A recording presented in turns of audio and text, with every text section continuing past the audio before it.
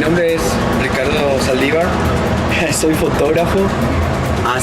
Realmente no hace mucho, hace 5 o 6 años que estoy trabajando en esto. El trabajo que voy a presentar es un ensayo fotográfico que hice hace un tiempo atrás en la parte norte del Chaco, en un asentamiento indígena. Unas vistas que a mí realmente me parecieron muy buenas. Justamente esas son las que voy a presentar.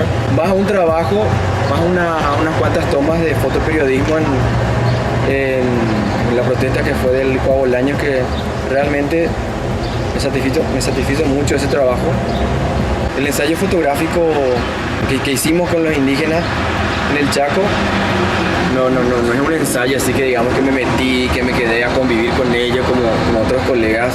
Yo simplemente fui con una cámara, tenía 48 horas para hacer ese trabajo y hice lo que vi y me atraía, fui haciendo. Traté de hilar todas las tomas juntas, pero era tan complicado por el poco tiempo. Entonces lo que van a ver es lo que salió de esas 48 horas que estuvimos allá. Las otras tomas que voy a presentar, que son de la última protesta sobre el caso de Coabolaños, son tomas que a mí realmente costaron conseguirlas, porque uno tendría que estar en el medio de lo que era la batalla entre los que protestaban y la policía en sí. Bueno, les dejo con estos trabajos, espero que disfruten y saquen una buena crítica de esto. Gracias.